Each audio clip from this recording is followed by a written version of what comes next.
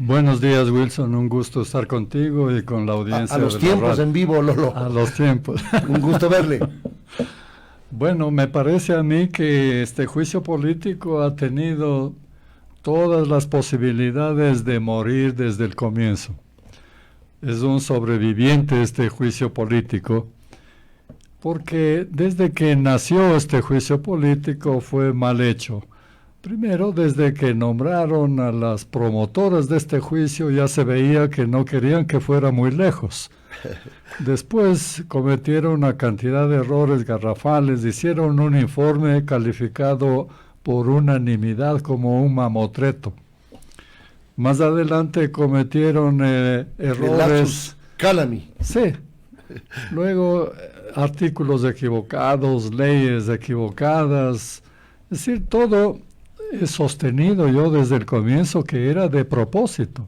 Intencional. Que no querían, era intencional, no querían seguir adelante con ese juicio porque no tenía ningún destino por una razón muy sencilla. Pero ¿y por qué se meten en semejante lío?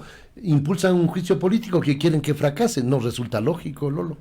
Bueno, la lógica consiste en que el correísmo estaba presionando al Ejecutivo para que apruebe la muerte cruzada. Esto era lo que les interesaba. Porque este es, si se quiere, era el mejor momento para el partido UNES. Luego de las elecciones. Después de las elecciones y la crisis de los competidores, era el mejor momento y puestos de oposición a un gobierno impopular, era perfecto. De manera que le presionaban para que apruebe la muerte cruzada. Cuando vieron que no aprobaba, que se dilataba esto, entonces ellos iban poniendo palos en la rueda de su propio vehículo, de su propio proyecto. Y después incluso descubren cosas ahí sí calamitosas, como el hecho de que la acusadora hubiera incurrido en aquello que acusa. Mireya Pazmiño. Mireya Pazmiño, de apoyar en un acto oficial de la legislatura. En un informe de la Comisión de Régimen Económico. Sí, apoyar este contrato de transporte de crudo. Entonces, ¿cómo puede acusar por peculado a quien hace lo que ella defendía? Esto parece un absurdo, pero además ni siquiera el presidente había hecho. Ayer escuché yo el alegato del abogado del presidente, del doctor Neira. Edgar Neira. Sí, me pareció un alegato perfecto. Es decir, es tan simple como decir, mire, para destituir a un presidente se requieren unas causales. Esas causales no pudieron cumplir. La Corte Constitucional, pasando por la rendija este juicio, les aprobó que le acusen de peculado. Supuesto peculado, claro. A sabiendas de que era probablemente el más difícil de probar. Bueno, si no hay posibilidades de probar peculado al presidente, ¿cómo puede seguir adelante ese juicio político? Y no pueden probar por la sencilla razón de que esos contratos no son responsabilidad del presidente, sino de los titulares. Fueron firmados en el 2018 adicionalmente. En primer lugar. Y revisados en el 2020. Sí, pero no le corresponde ni en el 18, ni en el 20, ni peor en el 23. No le corresponde al presidente, es responsabilidad de los funcionarios de Flopec. Entonces, ¿cómo pueden probar? Así que estos se dejaron marearon, no sé, con esa telenovela del cuadro sinóptico de las relaciones en donde se probaba que el presidente es cuñado de su cuñado y que el cuñado es socio de su socio y que el socio es amigo del amigo y que el amigo del amigo y llegaron a la tiene mafia alguna albanesa. relación con la mafia albanesa. Entonces, francamente ha sido risible. Pero bueno, este alegato que hizo el doctor Neira me pareció a mí muy importante, no solo por el hecho de que defiende al presidente, de que prueba que no hay peculado, sino que además les da una razón a los que están dudosos y a los que están en contra de ese juicio político en la legislatura. Les da una razón. porque puede ser que tengan algún incentivo, pero además necesitan una razón. No pueden decir, el gobierno me incentivó, sino que tienen que dar una razón. Porque además el informe debe ser sustentado, el que salga de la Comisión de Fiscalización. No debe ser únicamente porque existieron los votos en el marco de esa mesa legislativa y que después los tengan o no los tengan en el Pleno de la Asamblea Nacional. Claro, porque imagínese, si las promotoras del juicio político están como sordo en tiroteo, ¿cómo estarán la mayoría de los asambleístas? Es decir, despistados. Hay que darles argumentos sólidos y fácil, no la hojarasca de este juicio que ha tenido mucho de griterío más que de otra cosa. Hay que darles razones sólidas, claras y sencillas, y esto fue lo que hizo el abogado del presidente. Ahora, Lolo, ¿el juicio político está más cerca del caos? Porque si no hay muerte cruzada, porque ya analizamos que lo que quería el correísmo, porque es curioso, al inicio el señor Leonidas Diza, que dicen es un operador del correísmo, decía que si es que alude a la muerte cruzada al 148, ellos convocan a un levantamiento. Y ahora dice que no van a hacer ningún levantamiento, que si es que invoca el presidente la muerte cruzada, que ahí van a esperar y van a permitir, digámoslo de alguna manera, porque ellos han puesto una cantidad de amenazas y advertencias. Bueno, hace más de un mes, en algunos programas yo decía, cuando me preguntaban qué va a pasar, y les dije, no va a pasar nada. Y eso es lo peor que nos puede pasar. Sí. No va a pasar nada, por lo tanto va a seguir el presidente con todas las deficiencias que ha tenido y ha mostrado. Y no va a pasar nada porque no tienen argumentos, no tienen solidez y no tienen ni siquiera la lealtad entre ellos, ¿no? Y por eso los bloques se van a dividir en la votación.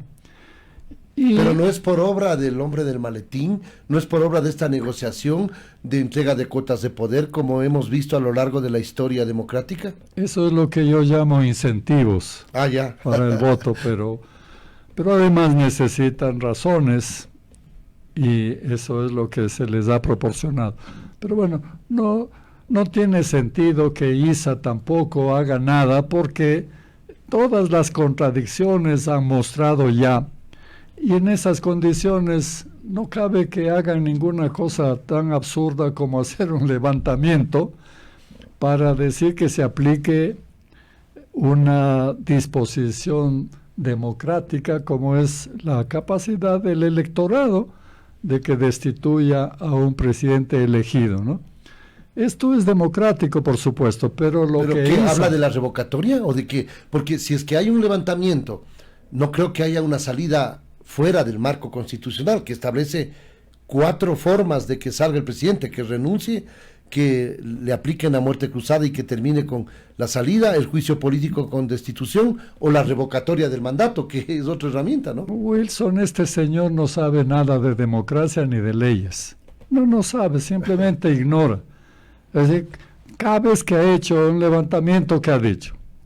Vamos a incendiar, a levantar, a cortar caminos y todo esto para que me den tal cosa y ahí vamos a estar hasta que me den tal cosa. ¿Qué tiene eso de legal o de democrático? Nada. Entonces, este es un señor que está al margen de la democracia, como el libro en el que pone su nombre también. Ahora, ¿qué es lo que va a pasar? Entonces no va a pasar nada, no va a haber ningún levantamiento, no va a haber movilizaciones, si es que el juicio termina, como al parecer va a pasar, sin los 92 votos, como sucedió en junio del año pasado, con 81 de 92. Como no ha habido quien le dé muerte piadosa, morirá por muerte natural el día de la votación. No alcanzarán los votos y ahí termina todo, no habrá ni levantamiento ni nada. Y el país seguirá en la misma desgracia de un gobierno que no gobierna. Y el caos de la inseguridad y la violencia que dicen está asociada a una actividad política, porque aquí mismo decía Gisela Molina, algo que causó indignación, en el sentido de que un asambleísta de UNES, de la Revolución Ciudadana, le decía que tiene que caerse este gobierno porque van a sacar las cárceles a las calles, y eso vemos que está sucediendo, pues. Pero eso también son temores o miedos o el afán de infundir temores. No creo que pase nada. Yo tengo la esperanza de que Paco Moncayo es un patriota que ha aceptado en estas condiciones colaborar con este gobierno. Sí, ya, no cabe dudar de su patriotismo, ni tampoco de su capacidad, de su liderazgo y de su capacidad de ejecución. Yo espero que él sí sepa enrumbar esta lucha contra el narcotráfico. Este es el problema más grande, es un problema gigantesco para el país, porque ya hemos visto lo que ha pasado en otros países. López Obrador en México dijo, abrazos, no balazos. Bukele en El Salvador dice, balazos, no abrazos. Y parece que estuviésemos condenados o a pactar o a sucumbir y rendirse frente a los carteles del narcotráfico. Pero lo que corresponde y lo que puede pasar aquí es que con un líder se una el país entero, porque solo unido puede derrotar a un enemigo tan grande, tan poderoso como este. Yo creo que si juntamos nosotros varias cosas, primero, alguien que tenga un plan concreto, sólido y eficaz. Segundo, que concite la unidad del país que está asustado y necesitado de ese liderazgo en materia de seguridad. Tercero, que se pida asistencia internacional a quienes tienen experiencia en esto. Cuarto, que se dé recursos para comprar armas, inteligencia y todo lo que se requiere para esto. Y quinto, además, algún auxilio legal como esto de portar armas para que por lo menos los guardias privados ayuden en la vigilancia y en el rechazo a la violencia, porque son 90,000 guardias privados en este país y la fuerza pública es de 50,000. Entonces, claro que puede ser una ayuda extraordinaria. Bueno, si juntamos todo eso, yo creo que le podemos dar batalla al narcotráfico y derrotarle. Aunque muchos dicen que Paco Moncayo es una cuota por el acuerdo para salvarse de la censura con la izquierda democrática, que tiene una actitud de que se respete el orden democrático y que no se vaya a desinstitucionalizar el país. Bueno, sí tiene lógica. Si la izquierda democrática quiere sobrevivir, entonces necesita dos cosas, ¿no? Un líder y una cuota. Ya tiene las dos. Pero a nosotros lo que nos importa es que haya un líder que sepa de esto, que esté dispuesto a colaborar. Y ese es Paco Moncayo. Porque ¿no? Es fácil que la izquierda democrática pida una cuota, pero no que acepte Paco Moncayo. Todo lo que nos importa es que él haya aceptado y que decida hacerle frente a la violencia del narcotráfico. Ahora, el mensaje, el gobierno lo asimilará, es decir, esta nueva posibilidad, este nuevo respiro, esta nueva oportunidad que le daría el país, la política, la democracia, lo asimilará el presidente, porque le resta la mitad del periodo, Lolo. Claro, todavía queda mucho tiempo, pero miren, la única cosa que a este gobierno le ha salido bien es la vacunación y la economía. La vacunación le ayudó a la empresa privada. Pero la macroeconomía, porque hay gente que dice la economía macro está bien, pero no aterriza en generación de puestos de empleo, no aterriza en oportunidades. Sí, Wilson, pero mire, hay una cosa que es cierto que le escuché al expresidente Hurtado. Es cierto. Él dice, mire, no tenemos inflación, tenemos la menor inflación de América Latina. No tenemos devaluaciones. No estamos tan mal. Póngale solamente esos tres datos. La menor inflación, no hay cero devaluación y el salario mínimo casi el más alto. Entonces no estamos tan mal en ese sentido. Y esto es producto de la macroeconomía. Es decir, una economía que gasta más de lo que recibe está quebrada. Pues se tiene que endeudar y después no hay quien le preste porque no hay posibilidades de pagar. El haber puesto en orden la economía, la macroeconomía, eso era lo esencial. Eso es lo que necesitan países y no saben cómo hacer. Por ejemplo, Argentina, vea usted. ¿Qué es lo que tiene que hacer? Auxilio, ya el Fondo Monetario Internacional está dando un respiro adicional. Ya le ha dado. Uno adicional. Le ha conectado todas las máquinas respiratorias y no da señales de vida. Y lo que tiene que hacer, sabe, tarde o temprano, son medidas de ajuste. Eso es lo que nosotros ya hicimos. Entonces sí hay posibilidades. ¿Qué medidas de ajuste? ¿El tema de los combustibles? ¿El tema de la reforma tributaria? El tema de los impuestos. ¿Ah? Entonces, si nosotros estamos en condiciones de tener auxilio del Fondo Monetario, de los organismos multilaterales y de la banca, quiere decir que estamos con las posibilidades de pagar la deuda y de crecer. Lo que necesitamos, sí, es inversión extranjera para generar empleo. Ese es el segundo problema más importante de este país después de la violencia. Pero ¿cómo se logra eso? Mire, Perú, con una inestabilidad política, no sé si peor que la nuestra, en la actualidad, y la economía, bien gracias, el riesgo país no está tan grave como el nuestro, 1.850 puntos. Ahí está el valor de la macroeconomía. ¿Por qué tiene esta ventaja Perú?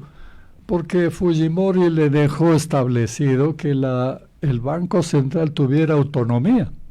El gerente del Banco Central en el Perú lleva 14 años, tiempo en el cual han pasado 6 presidentes. Pero ¿quién maneja la economía? El Banco Central. Y él maneja de manera técnica, no está metido en el zafarrancho de la política. ¿Qué hacemos con 6 o 7 de cada 10 ecuatorianos que no tienen un empleo adecuado, como decía el gobierno, como calificaba el gobierno de Rafael Correa? Igual que con la violencia, hay que establecer medidas y diversas medidas para conseguir esto, porque es una especie de cruzada nacional que hay que hacer para resolver los problemas. En el caso del empleo, hay que incentivar a la empresa privada.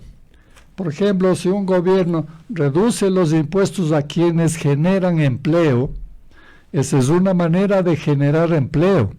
Eso hace crecer la economía y la economía entonces va generando por su propio crecimiento más empleo.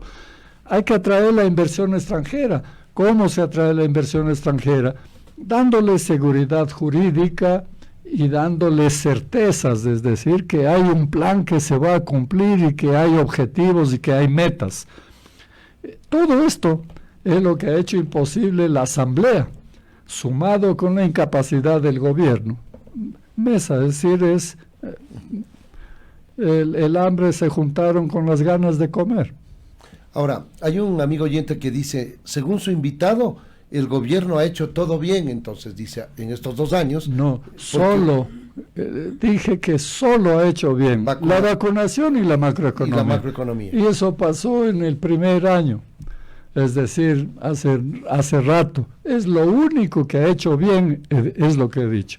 Y lo que tiene que hacer es afrontar estos 2 problemas colosales: la violencia del narcotráfico y la pobreza y el desempleo. Con el primer tema, ¿qué hacemos con la administración de justicia? La policía captura a integrantes líderes de bandas del crimen organizado y en menos de lo que canta un gallo están liberados por administradores de justicia. ¿Qué se hace con ese escenario? Es un problema complicado porque viene de mucho tiempo atrás y obedece a múltiples causas. Pero lo que hay que hacer es ir enrumbando. Si usted elimina ciertas leyes absurdas que favorecen esto, por ejemplo, el hecho de que no se pueda acusar a los jueces de prevaricato, obra de la Corte Constitucional, esto es una atrocidad porque eso permite que los corruptos anden buscando jueces parroquiales para que les den hagan acciones de protección por incentivos o por amenazas, que hagan lo que piden. Eso hay que terminar. Después la Asamblea también tiene que favorecer a la justicia si es que piensa en el país. Pero bueno, en el fondo de todos los remedios, porque nada se va a conseguir si los asambleístas siguen siendo lo que son y si el gobierno sigue siendo lo que es. No se va a conseguir nada. Entonces, lo que hay que hacer, porque es el origen de todo este problema, es rescatar a los partidos políticos. Porque los partidos políticos... Pero más todavía, si tenemos 240 agrupaciones entre movimientos y partidos, ¿o de qué está hablando usted, Lolo? Es que rescatar a los partidos políticos es dejar 4 o 5. Porque... O sea, descartar a los partidos políticos sería, porque si tenemos 240 y dejamos 4 o 5... Es que rescatar los partidos políticos es ideológicos. Exigir que los partidos políticos tengan afiliados de verdad, registrados, firmados. No con las firmas y nada más. No con listas compradas, sino que tengan afiliados y que prueben que son afiliados y que están todavía afiliados. Que haya democracia interna, que los dirigentes sean elegidos. Pero la población dijo no. Una pregunta iba dirigida de la consulta popular del 5 de febrero hacia allá. Bueno, este es uno de los problemas de esa consulta, que se hizo con el propósito de ganar o de hacer creer que el gobierno era popular cuando no es popular. Lo que nunca se explicó debidamente esto. Pero esto es una cosa que les corresponde a los propios políticos. No se va a conseguir nada si se les obliga o se dictan leyes o reglamentos. Se puede hacer unas 4 reformas. Un grupo al que yo pertenezco y colaboro propone unas 10 reformas al Código de la Democracia para que los partidos políticos sean lo que deben ser. Pero más que a nadie, les corresponde a los propios políticos por supervivencia. Porque mire, los partidos políticos con 280 es imposible distinguir el uno del otro. Absolutamente imposible. Es decir, ni mediante el ADN se les podría distinguir a uno de otro, porque no se distinguen nada, todos son lo mismo, es decir, grupos electoreros. Entonces, lo que han hecho en esas condiciones es usar los partidos como mecanismo para poner candidatos, alquilando el partido o alquilando candidatos. Entonces, no es posible elegir buenos candidatos en esas condiciones, y por eso tenemos malos funcionarios, malos jueces y malos todos, y malos legisladores. Porque si no se corrigen los partidos políticos, ¿qué era un partido político antes? Primero tenían ideología. No le llamemos ideología porque dice que ya no está de moda. Le llamemos entonces un sistema coherente de ideas. Es decir, para cualquier cosa necesitas tener una idea, por lo menos, ¿no? Bueno, un sistema coherente de ideas. Segundo, tiene que tener ser una escuela de líderes, hacer estudios de la realidad nacional. Formación. Tener un plan de gobierno, tener una militancia que pueda aspirar a tener liderazgo, a que haya renovación dentro de los partidos. Es decir, si en el partido no hay un joven menor de 40 años, ¿cómo puede tener futuro un partido político? Entonces hay que hacer unas reformas para que se renazcan los partidos políticos, y por supervivencia los partidos tienen que ser los primeros en empeñarse en esto. Pero son los mismos partidos los que deben decidir en la Asamblea Nacional, porque son bloques que vienen de aquellas agrupaciones y movimientos. Desgraciadamente es así, porque tienen el monopolio para poner candidatos. Ahora, si es que los partidos políticos nos han fallado, porque eso es una verdad, nos han fallado. Si es que ellos no tienen la decisión de regenerarse, entonces llegará el momento llegará en que tengan que renunciar al monopolio de poner candidatos. La sociedad civil tendrá que hacerse cargo La sociedad civil tiene organizaciones también, instituciones que podrían poner candidatos. A eso podríamos llegar si es que los partidos políticos se niegan a regenerarse. Una pregunta adicional de un amigo oyente. ¿Llegó el momento de los jueces sin rostro para poder evitar este tipo de amenazas para los jueces? Mire, una de las razones por las cuales se producen estos datos es porque los jueces están sometidos a incentivos o amenazas, o sea, bala o plomo, es decir, plata o plomo. Plata o plomo. Ahora, ¿cómo un pobre juez puede superponerse a una presión de carteles del narcotráfico sin Que protección amenazan la del integridad de Estado? su familia, claro. Entonces hay que darle protección a los jueces, por supuesto. Ahora, los jueces más pillos han de ser los que más protección tengan. Entonces, por eso es que el problema es complejo. ¿Y jueces sin rostro? Pero los jueces sin rostro fue un mecanismo que utilizó Italia para combatir a las corporaciones del mal. A la Cosa Nostra. A la Cosa Nostra, a la mafia. Eso fue un mecanismo. No es tan sencillo porque tiene sus riesgos. Italia era un país civilizado y ahí funcionó. Porque de otra manera se puede incurrir en problemas como tenemos, por ejemplo, el caso de El Salvador. Ahí hay un Bukele que es un santo y un héroe, y no solo en El Salvador, sino en el mundo entero, ¿no?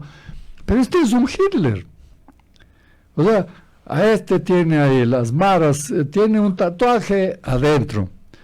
¿Tiene juicio, tiene acusación? No. ¿Por qué no aparecen en los medios las madres que reclaman a sus hijos apresados injustamente y sin acusación ni nada? Porque está prohibida, porque está controlada también la información. Entonces, esto es posible en El Salvador cuando hay un tipo como Bukele que controla la legislatura, controla a los jueces, controla la información, controla el ejecutivo, controla absolutamente todo. Pero ya vivimos una experiencia similar aquí durante 10 años. Este es peor porque este dice, a ver, tiene tatuaje, es mara y es delincuente adentro. Es lo mismo que hizo Hitler. Hitler dijo, el enemigo es el judío. Ellos nos robaron la plata, ellos tienen... Entonces primero les confiscaron los bienes, después les recluyeron en un barrio, después les mandaron a los campos de concentración y finalmente a las cámaras de gas. Esto es para tener el poder. Si es que se pacifican y empieza a bajar los índices de popularidad de Bukele, pintará otra vez tatuajes. Tatuajes y buscará y aumentará y volverá el miedo al enemigo común y todo esto. Entonces, mire, sin democracia, sin libertad, es un peligro. No se puede cambiar seguridad por libertad. No se puede. Hay que tener seguridad y libertad. Y por eso es difícil. Pero hay muchos que admiran, aplauden y visibilizan como que debemos tener un Bukele aquí, y incluso le han exigido al presidente Guillermo Lasso que adopte actitudes bukeleanas. Porque es gente que cree en la magia, cree en soluciones mágicas, ¿no? Entonces, claro, pues lo que buscan son mesías que vengan a hacer el milagro de los peces y los panes. Esa es la triste realidad. Entonces no se dan cuenta del valor que tiene la libertad, del valor que tiene la democracia. ¿Qué es lo que nos garantiza la democracia? Lolo, muchas gracias.